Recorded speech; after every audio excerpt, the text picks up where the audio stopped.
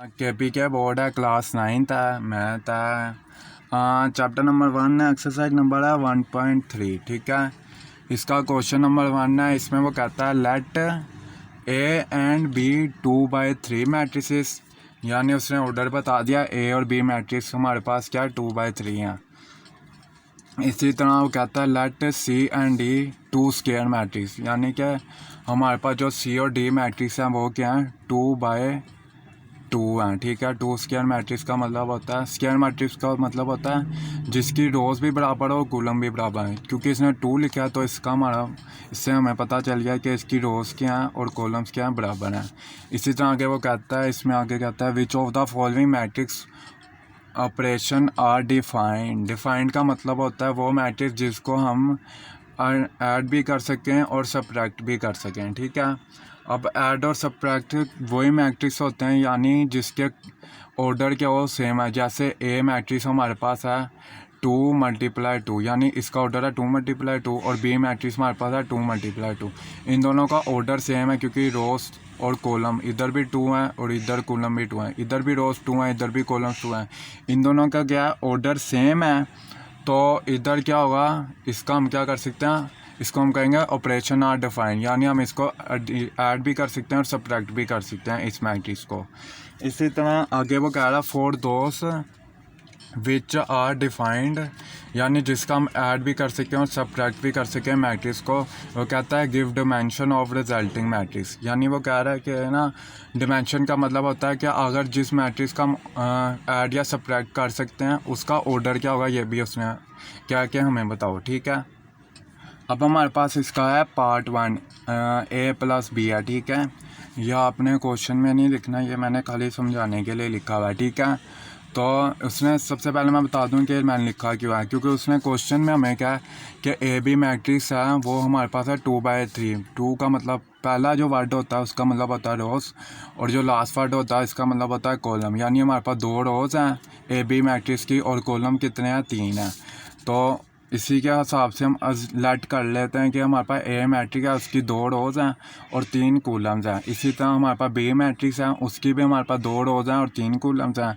उसके बाद वो कह रहा है सी और डी 2 स्क्वायर मैट्रिक्स, यानी कि कह रहा है जिस ऐसा मैट्रिक्स जिसके रोज़ और कॉलम क्या हो बराबर हो, और उसने साथ 2 लिखा है। स्क्वायर मैट्रिक्स हम कहते हैं जिसकी रोज़ और कॉलम बराबर हो, लेकिन साथ उन्हें 2 लिखा है, इसका मतलब 2/2 मैट्रिक्स है। तो हमने लेट कर लिया कि सी मैट्रिक्स भी हमारे पास क्या है जिसकी रोज़ और कॉलम क्या है 2/2 है। इसी तरह हमने डी मैट्रिक्स लेट कर लिया जिसकी रोज़ और कॉलम क्या है 2/2 है। ठीक है, अब हमारे पास है पार्ट 1 है इसका ए + बी। उसने हमें कहा था कि बताओ कि क्या ये ऐड या सब्ट्रैक्ट हो सकते हैं, यानी कि इनका ऑपरेशन आर डिफाइंड हो सकता है या नहीं।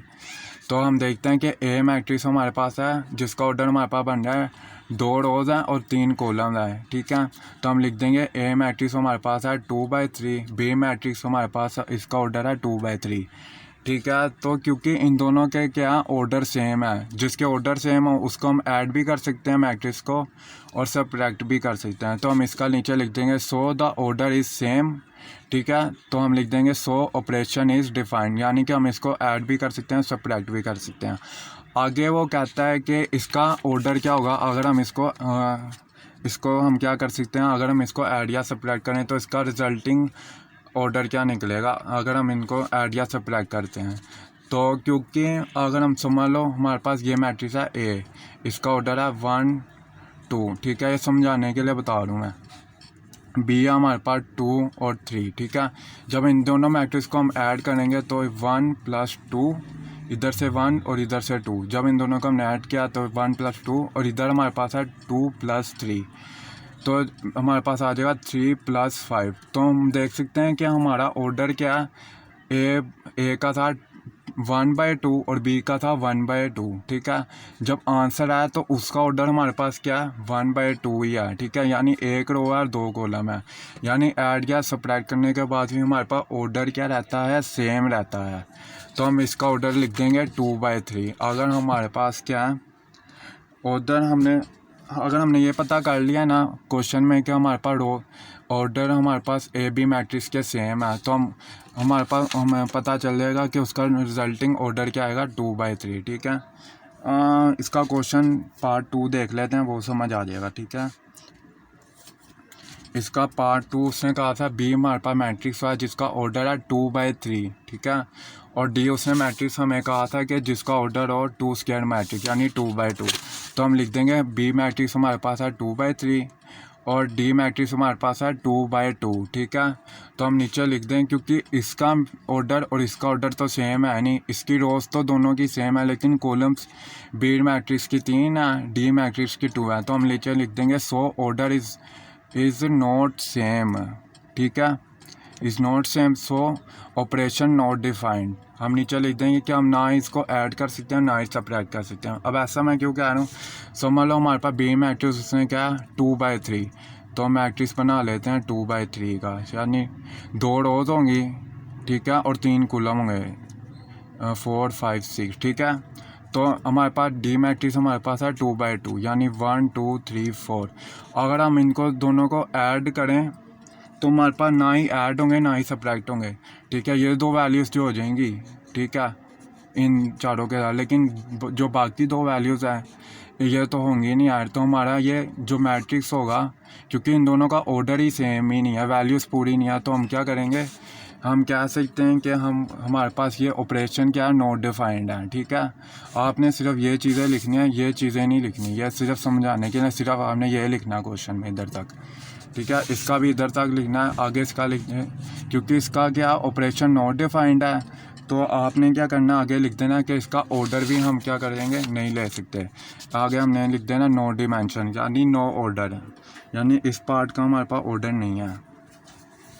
इसके बाद हमारे पास है 3a - 2c, पार्ट 3 है भाई इसका। इसमें हमारे पास वैल्यूज़ है 3a - 2c। तो सबसे पहले क्वेश्चन के हिसाब से हम देख लेते हैं कि ए का मैट्रिक्स, मतलब कि ए मैट्रिक्स का ऑर्डर क्या है। उसने कहा वह सवाल में 2/3, ठीक है, तो हमने 2/3 लिखा, लेकिन पार्ट में उसने कहा 3a। तो जब हम 3 को ए मैट्रिक्स से मल्टीप्लाई करेंगे फिर भी हमारा ऑर्डर क्या रहेगा, सेम ही रहेगा, ठीक है। एग्जाम्पल के लिए मैंने ये सवाल किया हुआ है एक, जैसे हमारे पास एक ऑर्डर है 2/3 का, ठीक है, ये ए मैट्रिक्स का है 1 2 3 1 2 3, ठीक है, 2 रोज हैं 3 कॉलम है, ठीक है। तो जब हम 3 को मल्टीप्लाई करेंगे ए मैट्रिक्स के साथ तो 3 1 के साथ मल्टीप्लाई होगा 3 हो जाएगा, ये 3 को 2 से मल्टीप्लाई करेंगे 6, 3 को 3 से मल्टीप्लाई करेंगे 9, ठीक है। इसी तरह नीचे भी 3 6 9 आ जाएगा। तो जब मल्टीप्लाई किया तो इसका ऑर्डर पहले क्या था 2/3, ठीक है, यानी 2 रोज 3 कॉलम, लेकिन मल्टीप्लाई करने के बाद भी हमारे पास ऑर्डर क्या है 2/3 है। तो मतलब मल्टीप्लाई करने से हमें कोई भी फ़र्क नहीं पड़ा। तो हम जब मल्टीप्लाई करेंगे फिर भी हमारा ऑर्डर क्या रहेगा 2/3 ही रहेगा। इसी तरह हमारे पास 2c है, सबसे पहले हम c मैट्रिक्स लिखेंगे। इसका उसने ऑर्डर हमें क्या कहा था 2 स्क्वायर मैट्रिक्स, जो कि मैंने बताया था कि हमारे पास है 2/2, ठीक है। अब 2/2 का उसने लिखा हुआ है कि c 2 को मल्टीप्लाई करो c के साथ, ठीक है। जैसे अब ये मैट्रिक्स है हमारे पास c 2/2 का, यानी 2 रोज है 2 कॉलम है। अगर हम इसको भी 2 के साथ मल्टीप्लाई करते हैं, जैसे 2 को 1 से मल्टीप्लाई करें 2, 2 को 2 से मल्टीप्लाई करें 4, 2 को 3 से मल्टीप्लाई करें 6 और 2 को 4 से मल्टीप्लाई करें तो 8, ठीक है। इसी तरह पहले हमारे पास इसका ऑर्डर क्या था 2/2 था, ठीक है। जब मल्टीप्लाई किया 2 से तो हमारे पास फिर भी ऑर्डर क्या सेम ही है 2/2 है, ठीक है। तो अब हमने क्या करना है, हमारे पास ये 2 वैल्यूज़ आ गई हैं, एक 3a और एक 2c, ठीक है। हमने देखना है कि इन दोनों के ऑर्डर सेम है या नहीं। रोज़ दोनों की तो सेम है, ठीक है, लेकिन जो कॉलम्स है इधर क्या है, ये 3 है और इधर क्या है 2 है। तो हमारा क्या हो गया, ऑर्डर क्या है इधर सेम नहीं है दोनों का। तो हम लिख देंगे ऑपरेशन नॉट डिफाइंड, यानी कि हम ना इसको ऐड कर सकते हैं और ना ही सब्ट्रैक्ट कर सकते हैं। और इसका क्योंकि हम इसको ऐड भी नहीं कर सकते और सब्ट्रैक्ट भी नहीं कर सकते, इस वजह से हम इसका क्या करेंगे, हम इसका ऑर्डर भी नहीं बता सकते कि इसका ऑर्डर क्या आएगा। तो हम लिख देंगे नो डिमेंशन। इसी तरह हमारे पास इसका पार्ट 4 है, इसमें वो कह रहा है 7c - 2d। अब c मैट्रिक्स हमारे पास था 2/2। अब इसकी भी मैंने एग्जांपल एक सॉल्व किया, जैसे हमारे पास 2/2 का मैट्रिक्स है। अब 7 को हम c मैट्रिक्स से मल्टीप्लाई करते हैं, ठीक है, ये 7 को 1 से मल्टीप्लाई करेंगे 7, 7 को 2 से मल्टीप्लाई करेंगे 14, 7 को 3 से मल्टीप्लाई करेंगे 21, 7 को 4 से मल्टीप्लाई करेंगे 28, ठीक है। तो पहले क्या था, इसका ऑर्डर 2 मल्टीप्लाई 2 था। जब 7 से मल्टीप्लाई किया सी मैट्रिक्स को, तो उसके बाद भी हमारे पास ऑर्डर क्या है, 2/2 ही है। तो जब मल्टीप्लाई किया तो हमने ऑर्डर क्या है, सेम ही लिखा हुआ है। इसी तरह डी है, डी का ऑर्डर भी 2/2 है, तो इसको भी हम मल्टीप्लाई कर देते हैं 2 से एक दफ़ा। ये 2 को 1 से मल्टीप्लाई किया 2, 2 को 2 से मल्टीप्लाई किया 4, 2 को 3 से मल्टीप्लाई किया 6, 2 को 4 से मल्टीप्लाई किया 8। बाद पहले भी ऑर्डर 2/2 था, बाद में भी ऑर्डर 2/2 है, तो इसका ऑर्डर क्या किया हमने, सेम ही रहने दिया, ठीक है। तो अब हमने 7C मैट्रिक्स और 2D मैट्रिक्स, इन दोनों को अब हमने कंपेयर करना है। दोनों की रोज क्या सेम है, दोनों के कॉलम भी सेम है, तो हम क्या नीचे लिख देंगे, सो ऑपरेशन डिफाइन, यानी हम इसको ऐड भी कर सकते हैं और सब्ट्रैक्ट भी कर सकते हैं। और डिमेंशन इसका अगर हम ऐड या सब्ट्रैक्ट करें तो इसका ऑर्डर क्या निकलेगा, 2/2 ही निकलेगा, ठीक है। इसके बाद इसका क्वेश्चन 1 था ना ये, हाँ इसका अब क्वेश्चन है 2। इसमें वो कह रहा है, ये बहुत ज़्यादा आसान क्वेश्चन है। इसमें कह रहा है multiply the following matrices by real numbers as indicated. क्या क्या रहा है, कहता है कि जब हमारे पास जो मैट्रिक्स है ना ए, इसको 2 से मल्टीप्लाई करो, पार्ट 1 ये है इसका, ठीक है। सबसे पहले ये सॉल्व कर लेते हैं। हमने क्या किया, ए मैट्रिक्स लिखा 1 2 3। अब हमने क्या कह रहा है, 2 से मल्टीप्लाई करो, तो हमने 2A लिखा और मैट्रिक्स के बाहर हमने 2 लिख दिया, क्योंकि हमने 2 को क्या करना है, मैट्रिक्स के मल्टीप्लाई करना है। तो हमने क्या किया, दोनों जगह 2 से मल्टीप्लाई कर दिया, इधर 2A हो गया और इधर हमने 2 को क्या किया, इन 1 2 3 से मल्टीप्लाई किया। 2 मल्टीप्लाई 1, 2 मल्टीप्लाई 2, 2 मल्टीप्लाई 3, ये हमने लिख लिया। अब 2 को 1 से मल्टीप्लाई करें तो हमारे पास क्या आता है, 2 आता है। 2 को 2 से मल्टीप्लाई करें 4 आता है। 2 को 3 से मल्टीप्लाई करें तो हमारे पास क्या आता है, 6 आता है। तो हमारे पास 2A मैट्रिक्स, हमारे पास क्या आंसर है, 2 4 6। ये बस इतना ही करना है। इसके बाद इसका पार्ट 2 है, इसमें कह रहा है multiply B matrix bye P जो कि बिलोंग करता है रियल नंबर से। अब वो इसमें क्या क्या रहा है, रियल नंबर हमारे पास होते हैं, इसको हम कहते हैं रियल नंबर, ठीक है। ये हमारे पास होते हैं 1 2 3 4। अब वो हमें सवाल में खुद कह रहा है कि P क्या है, रियल नंबर ही है, ठीक है। और क्वेश्चन भी यही था कि मल्टीप्लाई करना है रियल नंबर को मैट्रिक्स में। तो उसने अब क्या दिया, P एक रियल नंबर है, हम P को क्या करेंगे, इस मैट्रिक्स के साथ मल्टीप्लाई कर देंगे बस। इसी तरह अब हमने B मैट्रिक्स लिखा। अब हमने P को क्या करना है, दोनों तरफ मल्टीप्लाई कर दें, इधर हो जाएगा P बाई और इधर हम P बाई लिख देंगे पहले, ठीक है। हम आगे मल्टीप्लाई करते हैं इसको। अब हमने क्या किया, P को अंदर मल्टीप्लाई कर दिया, P multiply A, P multiply B, P multiply C, P multiply D, P multiply E, P multiply F। हमने मल्टीप्लाई किया तो हमारे पास वैल्यू आ गया PA, PB, PC, PD, PE, PF। तो हमने बस इधर तक ही सॉल्व करना थे। उसके बाद है फाइंड द मैट्रिक्स X, कहता है X फाइंड करो सच डैट हमारा, उसने हमें वैल्यू दिया 4X इज इक्वल 1 2 1 4 2 3 1 -1 9 7, ठीक है। अब मैं क्या करूँगा, X है, ठीक है। सबसे पहले उसने कहा क्या उसने कहा है कि X की वैल्यू हमने फाइंड करनी है, ठीक है, X मैट्रिक्स की। लेकिन उसने हमें दिया 4X मैट्रिक्स दिया हुआ है, तो हम क्या करेंगे, 4 इधर मल्टीप्लाई हो रहा है तो हम इसको इस मैट्रिक्स के साथ क्या करेंगे, क्योंकि इधर मल्टीप्लाई हो रहा है तो इधर हम इस मैट्रिक्स के साथ क्या करेंगे, डिवाइड कर देंगे, ठीक है। तो हम लिखेंगे X इज इक्वल 1/4, क्योंकि इधर मल्टीप्लाई हो रहा है तो इधर आके डिवाइड हो जाएगा। हमने यही मैट्रिक्स लिखा है। अब हमने क्या करना है, बारी बारी हर वैल्यू के साथ 1/4 को क्या करना है, मल्टीप्लाई करना है। हमने 1/4 लिखा, मल्टीप्लाई 1, 1/4 लिखा, मल्टीप्लाई ये 2, 1/4 लिखा, मल्टीप्लाई 1, ठीक है। इस तरह 1/4 मल्टीप्लाई ये 4, 1/4 लिखा, मल्टीप्लाई ये 2, 1/4 लिखा, मल्टीप्लाई ये 3। इसी तरह 1/4 लिखा, मल्टीप्लाई -1, 1/4 लिखा 9 और 1/4 मल्टीप्लाई 7, ठीक है। अब हमने क्या करना है, 1 को जब 1 से मल्टीप्लाई करेंगे तो ये हमारे पास आ जाएगा 1/4। ये 2 को 1 से मल्टीप्लाई करेंगे हमारे पास आ जाएगा 2/4। लेकिन 2 और 4 देखें तो हमारे पास इसकी कटिंग हो रही है, ये 2 हमारे पास 1 पे आता है और ये 2 के टेबल में 4 हमारे पास किस पे आता है, 2 पे आता है, तो हमारी इसकी वैल्यू आ जाएगी 1/2। इसी तरह ये 1 को हम इस 1 से मल्टीप्लाई करेंगे तो हमारे पास आ जाएगा 1/4। अब ये 4 को इस 1 से मल्टीप्लाई करेंगे तो इधर हमारे पास वैल्यू बन जाएगी 4/4। अब क्योंकि ये ऊपर ही 4 है नीचे ही 4 है तो दोनों काट हो जाएंगे तो हमारे पास आ जाएगा 1। ठीक है, इसी तरह अब हमने क्या किया, 2 को इस 1 से मल्टीप्लाई किया, हमारे पास आ गया 2/4। अब 2 और 4 की भी कटिंग हो रही है, ये 1 पे चला जाएगा और ये 2 पे, क्योंकि 2 के टेबल में 4 किस पे आता है, 2 पे आता है, और 2 किस पे आता है, 1 पे आता है, तो इसकी वैल्यू आएगी 1/2। इसी तरह आप 3 को 1 से मल्टीप्लाई करेंगे तो ये आ जाएगा 3/4। इसी तरह -1 को 1 से मल्टीप्लाई करेंगे तो आ जाएगा -1। 9 को मल्टीप्लाई करेंगे 1 से तो हमारे पास आ जाएगा 9/4। 7 को मल्टीप्लाई करेंगे 1 से तो हमारे पास आ जाएगा 7/4। अब क्योंकि हमने कटिंग किया तो हम इसको एक प्रॉपर सही तरीके से करके लिख लेंगे। 1/4 लिख दिया ऐसे, ये 1/2 हमने लिख दिया, ये 1/4 लिख दिया, इधर से 1 लिख दिया हमने, इधर से 1/2, ये 3/4 हमने ऐसे लिख दिया, ये -1/4, 9/4 और ये 7/4। ये हमारे पास एक्स मैट्रिक्स की वैल्यू आ गई है। अब हमारे पास है इसका क्वेश्चन नंबर 4 है, इसमें भी वो कह रहा है फाइंड 3a - b।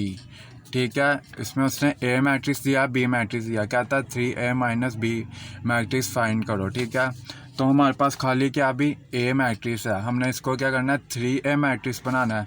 तो हम क्या करेंगे, 3 को दोनों तरफ क्या करेंगे मल्टीप्लाई कर देंगे, इधर भी 3 आ जाएगा, इधर भी 3 आ जाएगा। ठीक है, इस तरह अब 3 को हमने क्या करना है इस पूरे मैट्रिक्स के साथ मल्टीप्लाई करना है। तो हम लिखेंगे 3 × 1, 3 × 2, 3 × 3, 3 × 4, 3 × 5, 3 × 6। ठीक है, अब 3 को 1 से मल्टीप्लाई करें तो हमारे पास क्या आता है 3 आता है, 3 को 2 से मल्टीप्लाई करें तो हमारे पास आ जाता है 6। इसी तरह अगर आप 3 को 3 से मल्टीप्लाई करेंगे तो इधर आ जाएगा 9, और इधर अगर आप 3 को 4 से मल्टीप्लाई करेंगे तो इधर आ जाएगा 12। इसी तरह अगर 3 को 5 से मल्टीप्लाई करें तो हमारे पास आता है 15। इसी तरह अगर आप 3 को 6 से मल्टीप्लाई करेंगे तो ये आएगा 18। ठीक है, तो हमारे पास 3a मैट्रिक्स की वैल्यू आ गई है।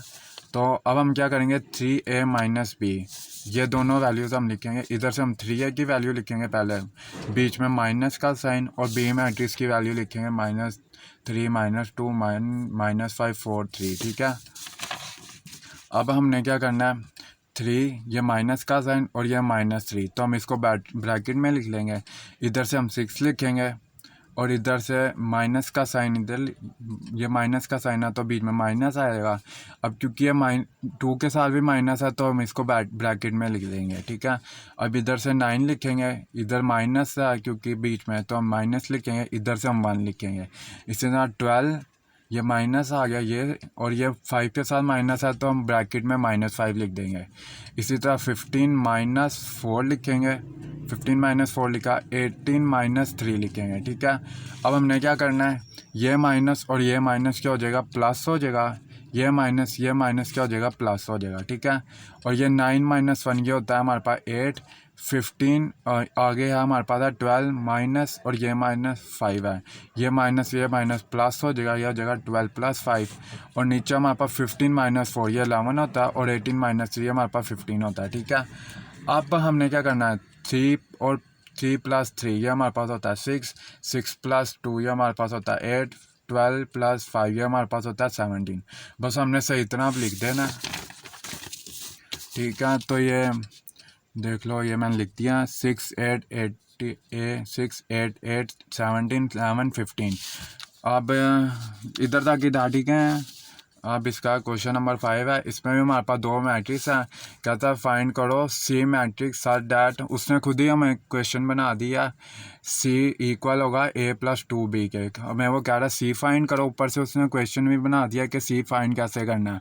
कहता है a मैट्रिक्स उसने हमें दिया हुआ है और बी मैट्रिक्स भी दिया, बस हमने क्या करना है बी मैट्रिक्स के साथ हमने 2 को मल्टीप्लाई कर देना। ठीक है, ए मैट्रिक्स हमारे पास है 1 2 -3 5 0 2 1 -1 1 3 -1 2 4 2 5 2 3 0। ठीक है, अब हमने क्या करना है इधर से हमने 2 को मल्टीप्लाई करना है बी मैट्रिक्स के साथ, तो हम दोनों तरफ इधर 2 को मल्टीप्लाई करेंगे और इस इक्वल के साइड पे 2 को मल्टीप्लाई करेंगे। इधर 2 भी लिखा, इधर 2 को हमने अब क्या करना है इस मैट्रिक्स के साथ मल्टीप्लाई करना है, तो हम लिखेंगे 2 × 3 2 × -1 2 × 2। अब 2 को 4 से मल्टीप्लाई करेंगे, 2 मल्टीप्लाई 4 लिखा, 2 को 2 से मल्टीप्लाई करेंगे, हम लिखेंगे 2 मल्टीप्लाई 2, 2 को 5 से मल्टीप्लाई करेंगे, इसी तरह 2 को 2 से, 2 को 3 से, 2 को 0 से, ठीक है। अब हमने क्या करना है, 2 को 3 से मल्टीप्लाई किया 6, 2 को 1 से मल्टीप्लाई किया -2, 2 को 2 से मल्टीप्लाई किया 4, 2 को 4 से मल्टीप्लाई करेंगे तो हमारे पास आता है 8, 2 को 2 से मल्टीप्लाई करें तो 4 आता है, 2 को 5 से मल्टीप्लाई करें तो हमारे पास 10 आता है। अब इसी तरह 2 को 2 से मल्टीप्लाई करें 4 आता है, 2 को 3 से मल्टीप्लाई करें 6 आता है, और 2 को 0 से मल्टीप्लाई करें तो 0 आता है। तो 2b मैट्रिक्स की हमारी वैल्यू क्या आ गई है, 6 -2 4 8 4 10 4 6 0। अब हमने क्या करना है, ए मैट्रिक्स को हमने प्लस करना है इस मैट्रिक्स के साथ, तो हमारे पास सी मैट्रिक्स की वैल्यू आ जाएगी, ठीक है। हमने क्वेश्चन लिखी जो उसने दी थी a + 2b मैट्रिक्स वाली, ए मैट्रिक्स की वैल्यू लिखी, प्लस लिखा बीच में, ये 2b मैट्रिक्स की वैल्यू लिखी जो अभी हमने निकाल लिया। अब हम लिखेंगे 1 प्लस का साइन है बीच में, प्लस लिखेंगे, और इधर 6 है तो हम लिखेंगे 1 + 6, इधर 2 है और इधर क्या बीच में प्लस है तो हम लिखेंगे प्लस, लेकिन क्या है इधर -2 है इस साइड पे, तो प्लस और माइनस माइनस ही हो जाता है, तो मैंने माइनस ही लिख दिया सीधा, ठीक है। अब इधर से -3 ये प्लस है और ये 4 आ गया, ठीक है, -3 + 4, इधर से 5 + 8 ये लिख दिया, 0 + 4 ये लिख दिया, 2 + 10 ये लिख दिया, 1 + 4 ये लिख दिया, और -1 + 6, ठीक है, ये लिख दिया। अब 1 + 0 ये लिख दिया, ठीक है। अब 1 + 6 हमारे पास होता है 7, 2 - 2 0 होता है, -3 + 4 ये हमारे पास होता है 1। अब 5 + 8 ये होता है 13, 0 + 4 ये होता है 4, 2 + 10 हमारे पास होता है 12, 1 + 4 हमारे पास होता है 5, -6 + 6 ये हमारे पास, -1 + 6 ये हमारे पास होता है 5, 1 + 0 ये 1 नहीं होता, ठीक है। तो इसका भी सी मैट्रिक्स आ गया हमारे पास। अब हमारे पास है क्वेश्चन नंबर 6 है, इसमें वो कह रहा है फाइंड एक्स, हमने एक्स मैट्रिक्स फाइंड करना है।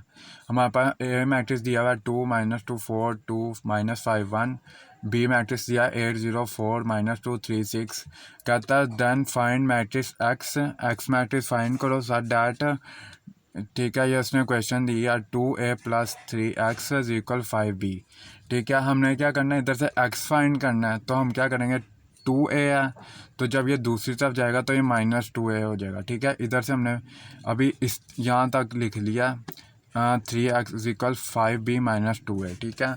और हमने क्या करना है, हमारे पास अभी क्या लिखा है, बी ए मैट्रिक्स है, बी मैट्रिक्स है।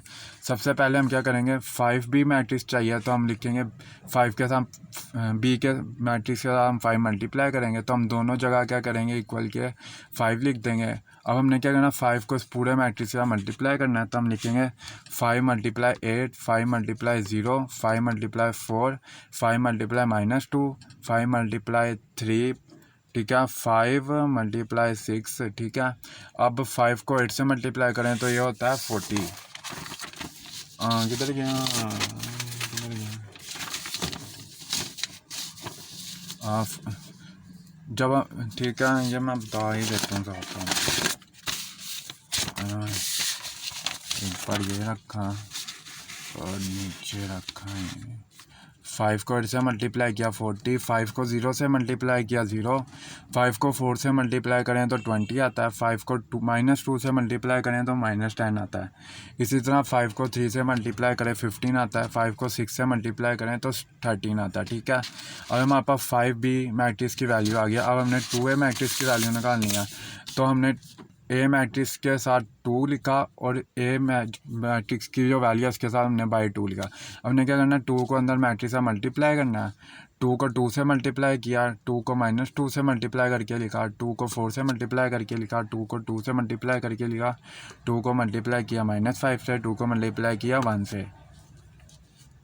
अब हमने क्या करना है, 2 को 2 से मल्टीप्लाई करें ये होता है 4, 2 को मल्टीप्लाई करें -2 से -4 होता है, 2 को 4 से मल्टीप्लाई करें 8, 2 को 2 से मल्टीप्लाई करें 4, 2 को 5 से -5 से मल्टीप्लाई करें ये होता है -10, और अगर हम 2 को 1 से मल्टीप्लाई करें तो 2 ही होता है। अब हमारे पास 5b मैट्रिक्स की वैल्यू आ गया, -2a मैट्रिक्स की वैल्यू आ गया।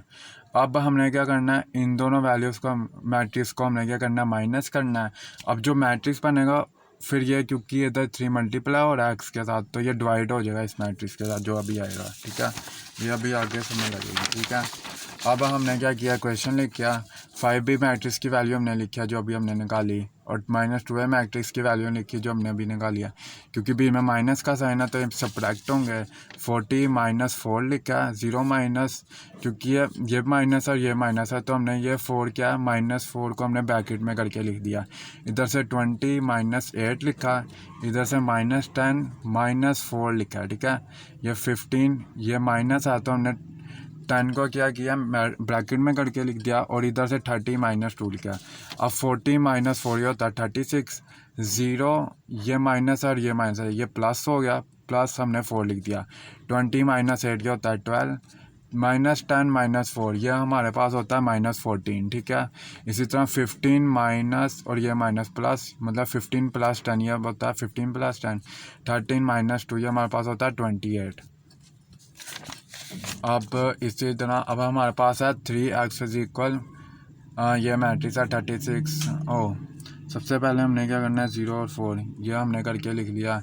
इसी तरह बाकी हमने वैल्यूज ऐसे लिखी हैं, इधर है 15 और 10 ये हमारे पास होता है 25, हमारे पास ये मैट्रिक्स आ गया।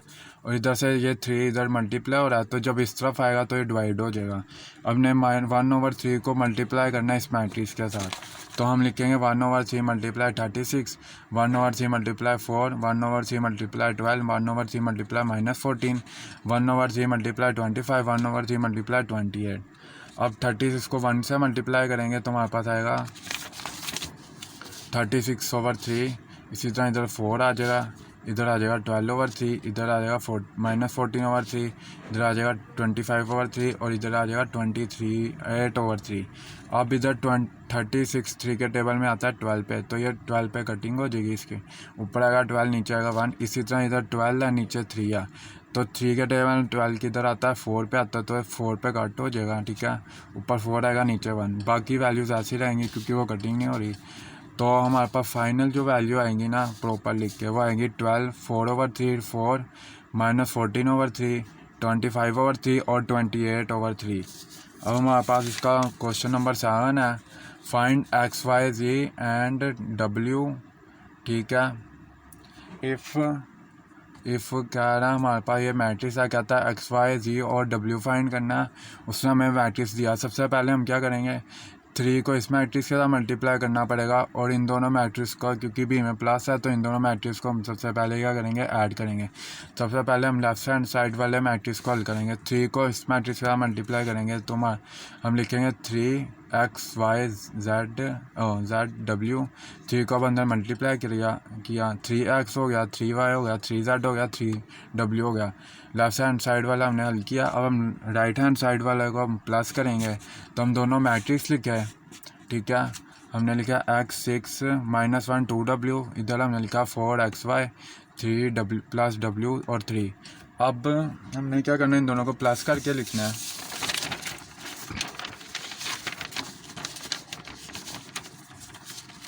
ठीक है, तो हमने प्लस करके लिखा, इधर आ गया हमारे पास x + 4, इधर से आ गया 6 + x + y, इधर आ गया -1 + 3 + w, इधर आ गया 2w + 3, ठीक है। तो अब हमने क्या करना है, ये जो हमारे पास लेफ्ट हैंड साइड है जो हमने अभी निकाल लिया, और ये राइट हैंड साइड, ठीक है, ये वाली, इसको हम दोनों को इक्वल करके लिख देना पहले जैसे, क्योंकि हमने बस ये हल करनी थी, हल कर लिया। बीच में इक्वल का साइन है तो हम साइड दोनों के बीच में इक्वल लिखेंगे मैट्रिक्स लिखने के बाद, ठीक है। अब हमने क्या करना है, x, y, z और w की वैल्यू निकालनी है। तो सबसे पहले हम क्या करेंगे, क्योंकि बीच में इक्वल का साइन है तो इसकी इक्वेशन बनाएंगे।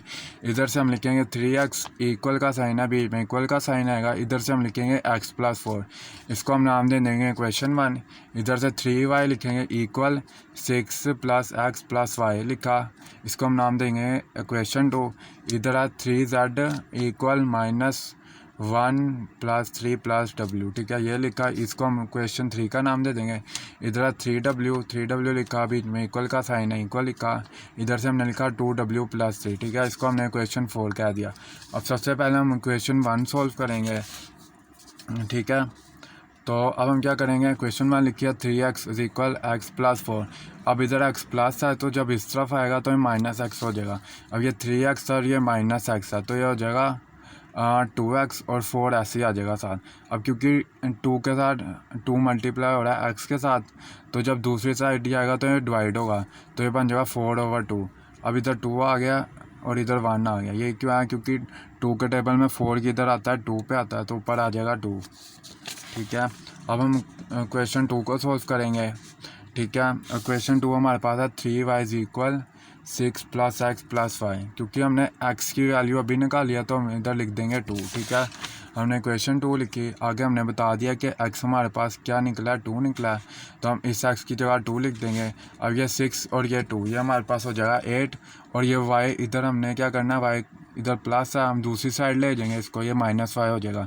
अब 3y - 5 हो जाएगा 2y इज इक्वल 8। अब क्योंकि ये इधर 2 क्या हो रहा है, मल्टीप्लाई हो रहा है y के साथ, जब ये दूसरी साइड जाएगा तो ये हो जाएगा डिवाइड। ठीक है, इसका मैं लिख के देता हूँ, ये हो जाएगा 8/2। तो ये 2 के टेबल में 8 किधर आता है, 4 पे आता है, तो हमारे y की वैल्यू क्या आ गई है, 4 आ गई है। ठीक है, अब हम 3w और इज इक्वल है 2w + 3। ठीक है, सबसे पहले हमने ये क्वेश्चन सॉल्व करने की। ठीक है, x और y की वैल्यू तो आ गई है। अब हमने क्या करना है, 2 मिनट का काम है। अब ये 3w है इक्वल है 2w + 3। ठीक है, अब हमने क्या करना है, 3w लिखना है, क्योंकि ये 2w इधर क्या प्लस हो रहा है, दूसरी साइड जाएगा तो ये -2w हो जाएगा। ठीक है, और +3 ऐसे ही आ जाएगा। अब ये 3w - 2w ये हो जाएगा w इक्वल आ जाएगा 3 के। ठीक है, तो हमारे पास w की वैल्यू क्या आ गई है, 3 आ गई है। उसके बाद हमने क्या करना है, जो w की वैल्यू क्या है, 3 है, या उसके बाद हमने इधर w की वैल्यू लगा देनी है 3, तो हमारे पास z की वैल्यू भी आ जाएगी। ठीक है, तो वो मैं लगा देता हूँ अभी। ठीक है, तो हमने लिखिए क्वेश्चन नंबर 3 लिखिए 3z इज इक्वल -1 + 3 + w। अब हमने w की वैल्यू क्या है, 3 है या, तो हम लिख देंगे 3 + 3 और इधर -1 ऊपर से लिखा और 3z। अब ये 3 और ये 3 6 हो गया, प्लस लिखा, -1 लिखा साथ, और ये 3z। ठीक है, अब ये 3z लिखा, ये -1 और ये 6, ये 5 हो जाते हैं। अब z हमारे पास बराबर आ जाएगा 5 और 3 के, क्योंकि ये 3 क्या हो रहा है, z के साथ मल्टीप्लाई हो रहा है, जब दूसरी साइड जाएगा तो डिवाइड हो जाएगा। ठीक है, तो हमारे पास z की वैल्यू आ गई है 5/3। तो हमारे पास तीनों वैल्यू आ गया, x की आ गई है 2, y की आ गई है 4, और w की आ गई है 3, और z की आ गई है हमारे पास 5/3। ठीक है, 5/2 और 5/3। अब इसी के साथ एक और चीज़ है, जो आगे का क्वेश्चन है ना, वो मैं अभी नहीं कर रहा, क्योंकि ना वो मैं बाद में करूँगा। अब मुझे बता देना, अगर जल्दी चाहिए तो जल्दी वीडियो बना दूंगा, क्योंकि ना मेरे ना 13 तारीख को पेपर हैं, इस वजह से हैं। और देख लो टाइम क्या हो रहा है, 8 बज रहे हैं, 4 जुलाई है, सैटरडे है, और शाम के 8:03 हो रहे हैं। तो अब जो क्वेश्चन 8 से लेकर जो आगे जितने भी क्वेश्चन है ना, वो मैं कोशिश करूँगा बना दूँ, पेपरों में शायद बना दूँगा, क्योंकि 13 तारीख को मेरा पहला पेपर है, तो आज है 4 जुलाई। तो यार अगर कुछ भी समझ आया ना तो बता देना कि वीडियो सही थी। अगर कुछ समझ नहीं आया ना, जैसे कि आवाज़ का मसला आया कुछ भी, तो कमेंट में बता देना, अगली बारी मैं कोशिश करूँगा कि सही हो। ठीक है, और दोस्तों के साथ लाजमी शेयर करना वीडियो को, अगर कोई चीज़ समझ आई है तो।